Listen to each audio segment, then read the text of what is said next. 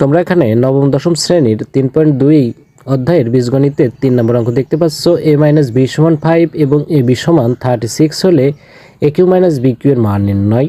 মান কত? সমাধান দেয়া আছে a - b = 5 এবং ab = 36।